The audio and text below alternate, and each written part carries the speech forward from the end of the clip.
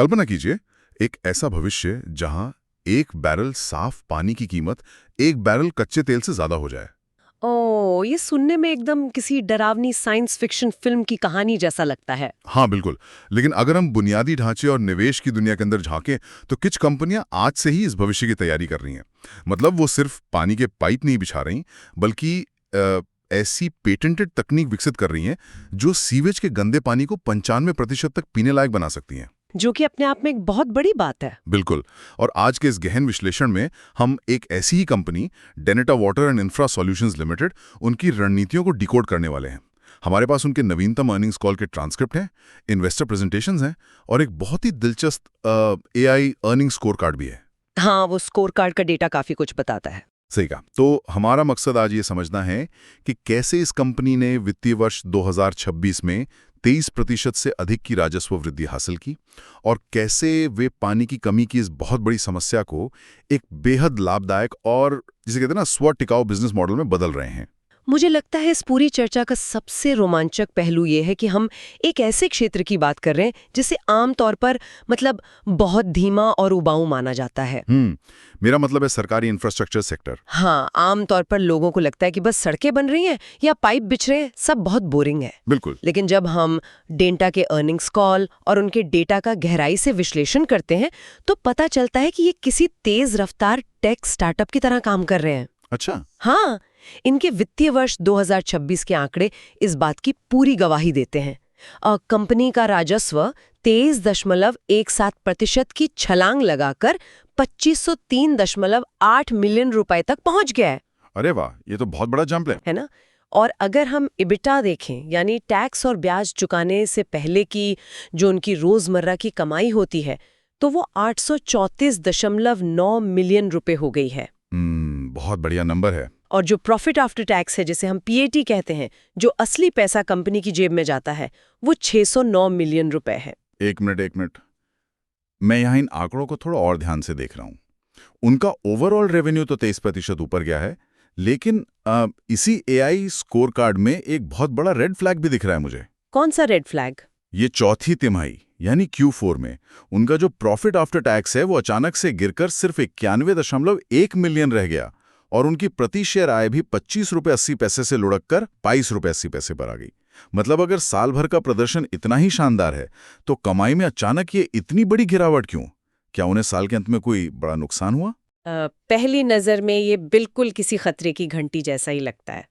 कोई भी निवेशक जब तिमाही मुनाफे में इतनी बड़ी गिरावट देखता है ना, तो वो घबरा जाता है। जाहिर सी बात है, मैं भी घबरा गया। लेकिन इंफ्रास्ट्रक्चर सेक्टर में हमें बैलेंस शीट की सतह के थोड़ा नीचे झांकना पड़ता है।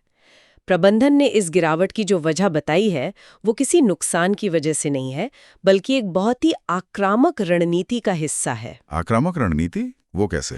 उन्होंने चौथी तिमाही में भारी मात्रा में इन्वेंट्री या कह लें कच्चा माल खरीद कर स्टॉक कर लिया। अच्छा, मतलब उन्होंने भविष्य की प्रोजेक्ट्स के लिए पाइप्स और बाकी सामान पहले ही खरीद कर गोदामों में भर लिया। बिल्कुल। लेकिन इससे मुनाफा क्यों गिरेगा? क्योंकि जब आप अचानक से करोड़ों रुपए का कच्चा माल खरीदते हैं तो आपकी वर्किंग कैपिटल यानी वो नकद पैसा जो आपको रोजमर्रा के खर्चे चलाने के लिए चाहिए, वो उस सामान में फंस जाता है।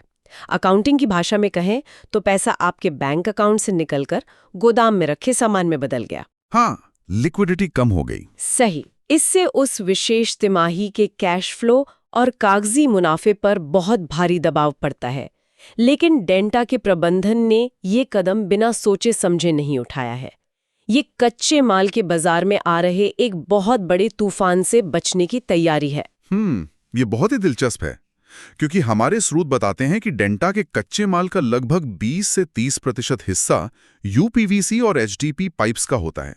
और अगर हम थोड़ा पीछे हटकर वैश्विक अर्थव्यवस्था को देखें तो ये पाइप सीधे तौर पर पेट्रोलियम उत्पादों से बनते हैं। यहाँ आपने बिल्कुल सही कड़ी जोड़ी है। हाल ही में ईरान अमेरिका संघर्ष और मध्य पूर्व में जो जियोपॉलिटिकल तनाव बढ़ा है, उसकी वजह से कच्चे तेल की आपूर्ति श्रृंखला बुरी तरह प्रभावित हुई है। हाँ, क्रूड ऑयल के प्राइसेस तो ऊपर नीचे हो ही रहे हैं। और जब तेल के दाम बढ़ते हैं तो उससे बनने वाले हर उत्पाद के दाम आसमान छूने लगते हैं, जिसमें ये प्लास्टिक और पीवीसी पाइप्स भी पूरी तरह से शामिल है।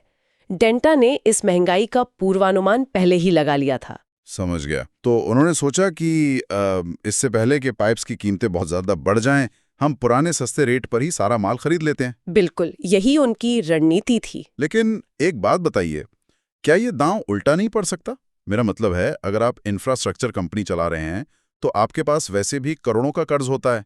अगर आप अपना सारा कैश इन्वेंट्री में फंसा देंगे, तो बैंक का ब्याज कैसे चुकाएंगे? और यहीं पर डेंटा अपने सारे प्रतिस्पर्धियों को पूरी तरह से मात दे देता है। डेंटा की सबसे बड़ी वित्तीय ताकत है कि वे एक जीरो डेट कंपनी है। Zero debt? हाँ, इंफ्रास्ट्रक्चर में हाँ। पूरी तरह से ऋण मुक्त। वे अपनी रोजमर्रा की जरूरतों के लिए सिर्फ कुछ एनबीएफसी फंड्स का इस्तेमाल करते हैं। इंफ्रास्ट्रक्चर उद्योग में ये लगभग चमत्कार जैसा है, क्योंकि आमतौर पर इन कंपनियों के मुनाफे का एक बहुत बड़ा हिस्सा सिर्फ कर्ज का भारी भरकम ब्याज चुकाने में ही चला जाता है। इसे शायद ऐसे समझ सकते हैं कि कच्चे माल की महंगाई एक बहुत भारी ट्रैफिक जैम की तरह है। अच्छा। हाँ, मतलब बाकी कंपनियां एक टैक्सी में बैठी हैं, जहां भले ही गाड़ी रुकी भी हो, लेकिन कर्ज के ब्याज का वो जो मीटर है, वो लगातार डाउन हो रहा है और बिल बढ़ता जा रहा है। हाँ, सही बात है। जबकि डेंटा अपनी खुद की खरीदी हुई कार में बैठा है। ट्रैफिक जाम है, लेकिन उनका कोई मीटर नहीं चल रहा। वे बिना घबराए इंतजार कर सकते हैं। ये एक बहुत ही सटीक उदाहरण है। बिना कर्ज के होने का सीधा सा मतलब है कि कच्चे माल के दाम बढ़ने पर उनका पूरा का पूरा बिजनेस मॉडल खतरे में नहीं पड़ता। ये ऋण मुक्त स्थिति उन्हें एक बहुत ही मजबूत फाइनेंशियल बफर प्रदान करती है, जो कि इस अस्थिर बाजार में बहुत जरूरी है। बिल्कुल। और इसीलिए एआई अर्निंग स्कोर कार्ड ने डेंटा को 100 में से 91 का स्कोर दिया है और इसे वेरी पॉजिटिव की श्रेणी में रखा है। ये स्कोर काफी इंप्रेसिव है। क्योंकि प्राइवेट इक्विटी निवेशकों के लिए ये 91 का स्कोर सिर्फ कोई कागजी मुनाफा नहीं है। ये इस बात का स्वतंत्र प्रमाण है कि कंपनी का प्रबंधन संकट के समय में भी अपनी ऑपरेशनल कुशलता को बेहतरीन तरीके से बनाए रख सकता है। ये बात तो पूरी तरह से समझ में आती है कि कर्ज ना होने से उन्हें एक बहुत बड़ा बफर मिल जाता है। लेकिन अगर उनके पास ब्याज चुकाने का दबाव नहीं है, तो वे इतना आक्रामक तरीके से वित्तीय वर्ष 2027 के लिए 20% राजस्व वृद्धि का लक्ष्य क्यों लेकर चल रहे हैं? ग्रोथ तो हर कंपनी को चाहिए ना। वो तो है, लेकिन मेरी स्क्रीन पर जो आंकड़े हैं वो दिखाते हैं कि उनके पास अभी 38 चल रहे प्रोजेक्ट्स हैं, जिनकी कुल वैल्यू 7,277 मिलियन रुपए से ज्यादा है। इतनी बड़ी आउटस्टैंडिंग ऑर्डर बुक को बिना कर्ज लिए सिर्फ अपने दम पर मैनेज करना क्या एक बहुत बड़ा ऑपरेशनल जोखिम नहीं है? जोखिम तो है, लेकिन इसे उन्होंने प्रोजेक्ट मिक्स की एक बहुत ही चतुर रणनीति से संभाला है। प्रोजेक्ट मिक्स वो कैसे काम करता है? वो अपने इस 7,277 मिलियन की भारी भरकम ऑर्डर बुक को दो अलग-अलग हिस्सों में बांटते हैं। एक तरफ उनके पास हाई वैल्यू कॉन्ट्रैक्ट्स हैं, जिनकी कीमत 300 करोड़ रुपए तक होती है। 300 करोड़, ये तो काफी बड़े प्रोजेक्ट्स हैं। हाँ, और ये बहुत जटिल परियोजनाएं होती है, जिन्हें पूरा होने में कई साल लग जाते हैं। इन बड़े प्रोजेक्ट से कंपनी को लंबी अवधि के लिए एक सुरक्षित और बहुत ही मोटा प्रॉफिट मार्जिन मिलता है। और दूसरी तरफ वे 10 से 50 करोड़ रुपए के छोटे प्रोजेक्ट्स भी लगातार उठाते रहते हैं। इन छोटे प्रोजेक्ट्स को वो लोग क्विक टर्नओवर प्रोजेक्ट्स कहते हैं। लेकिन मैं ये सोच रहा हूँ, जब वे 300 करोड़ के इतने बड़े प्रोजेक्ट्स कर सकते हैं, तो अपनी ऊर्जा इन 10-50 करोड़ के छोटे कामों में क्यों बर्बाद कर रहे हैं? क्योंकि इंफ्रास्ट्रक्चर के खेल में सिर्फ मार्जिन से काम नहीं चलता, बल्कि कैश फ्लो भी उतना ही जरूरी है। अच्छा, नकद प्रवाह। बिल्कुल। बड़े प्रोजेक्ट्स का पैसा कई चरणों में सालों बाद आता है, जबकि जो छोटे प्रोजेक्ट्स हैं वो कुछ ही महीनों में पूरे हो जाते हैं और कंपनी को तुरंत भुगतान मिल जाता है। मतलब पैसा और रोटेट होता रहता है? हाँ, ये तुरंत मिलने वाला कैश डेंटा को बिना बैंक से कर्ज लिए अपने रोजमर्रा के ऑपरेशंस चलाने की आज़ादी देता है। तो आप कह सकते हैं कि हाई वैल्यू प्रोजेक्ट से वे भविष्य का मुनाफा पक्का करते हैं और क्विक टर्नओवर प्रोजेक्ट से वे आज की नकदी सुरक्षित करते हैं। ये तो वाकई एक बहुत ही शानदार संतुलन है। लेकिन यहाँ मुझे एक और बात खटक रही है। क्या? अगर उनकी ये रणनीति इतनी ही कसी हुई है और उनके पास सीवेज ट्रीटमेंट के लिए अपनी खुद की पेटेंटेड तकनीक है, तो वो अपने कई काम सब कॉन्ट्रैक्टिंग पर क्यों दे रहे हैं? क्या ये अपनी कोर विशेषज्ञता किसी और के हाथ में देने जैसा नहीं है? ये सवाल बहुत से निवेशकों के दिमाग में भी आता है, लेकिन अगर हम इसके पीछे की इंजीनियरिंग और स्केलिंग को समझें तो ये बहुत स्पष्ट हो जाता है। अच्छा, समझाइए थोड़ा। देखिए, इंफ्रास्ट्रक्चर प्रोजेक्ट में मुख्य रूप से दो हिस्से होते हैं। पहला हिस्सा होता है सिविल वर्क, जैसे जमीन खोदना, कंक्रीट डालना और बेस तैयार करना। हाँ, जो कि कोई भी कर सकता है। बिल्कुल, ये एक मानकीकृत काम है जो कोई भी अच्छी कंस्ट्रक्शन कंपनी आराम से कर सकती है। लेकिन जो दूसरा हिस्सा होता है वो है तकनीक, यानी उस बेस पर सीवेज ट्रीटमेंट प्लांट स्थापित करना जो 95% तक पानी शुद्ध कर सके। तो डेंटा क्या करता है? डेंटा अपनी कोर टीम को सिर्फ इस दूसरे हिस्से यानी अपनी प्रोप्राइटरी टेक पर केंद्रित रखता है।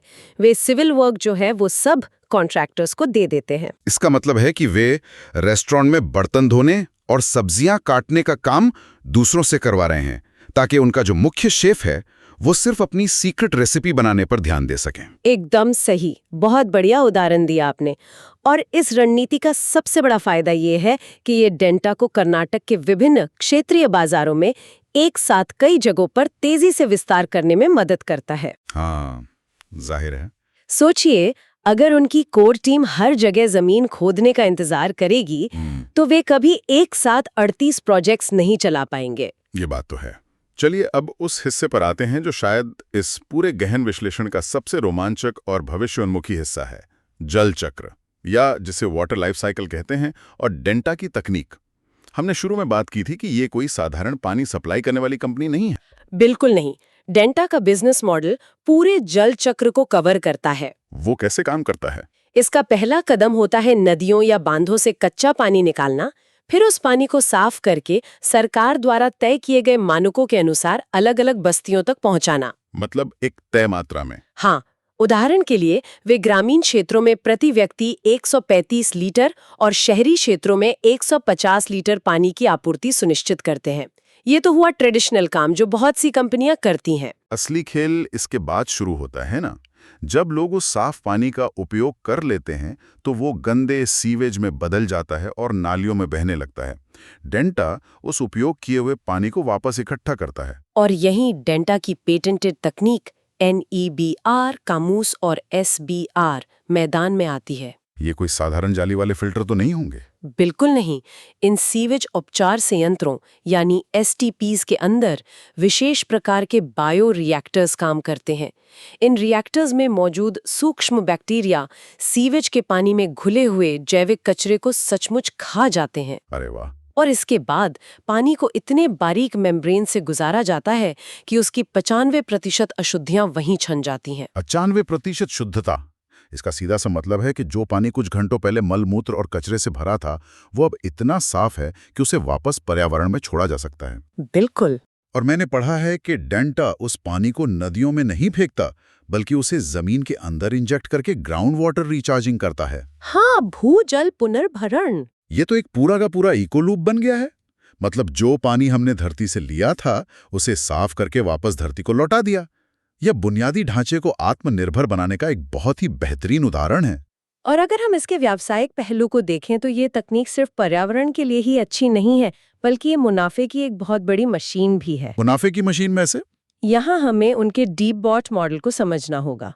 डीबॉट का मतलब है design, build, operate and transfer. मतलब वे सिर्फ प्लांट बनाकर सरकार को चाबी सौंप के चले नहीं जाते? बिल्कुल नहीं।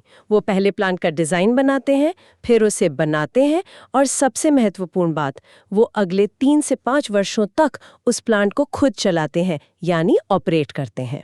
अच्छा, मेंटेनेंस भी वही करते हैं? हाँ, क्योंकि उनके पास अपनी खुद की पेटेंटेड तकनीक है, इसलिए उन्हें पता है कि इसे सबसे कम खर्च में कैसे चलाया जाए।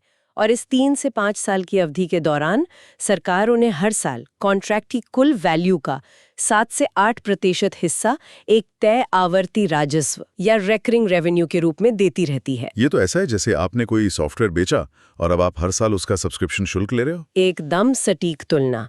ये उनके भविष्य के मार्जिन को पूरी तरह से सुरक्षित कर देता है। अगर मैं एक निवेशक के नजरिए से सोचूं तो मुझे ये तकनीक और उनका डीबॉट मॉडल बहुत ही सुरक्षित और आकर्षक लग रहा है। लेकिन एक सवाल जो मुझे थोड़ा परेशान कर रहा है वो है डिमांड। डिमांड को लेकर क्या शंका है? मतलब अगर उनके पास इतना शानदार प्रोडक्ट है तो क्या उसे खरीदने वाले ग्राहक यानी मुख्य रूप से सरकारें इतना पैसा खर्च करने को तैयार हैं?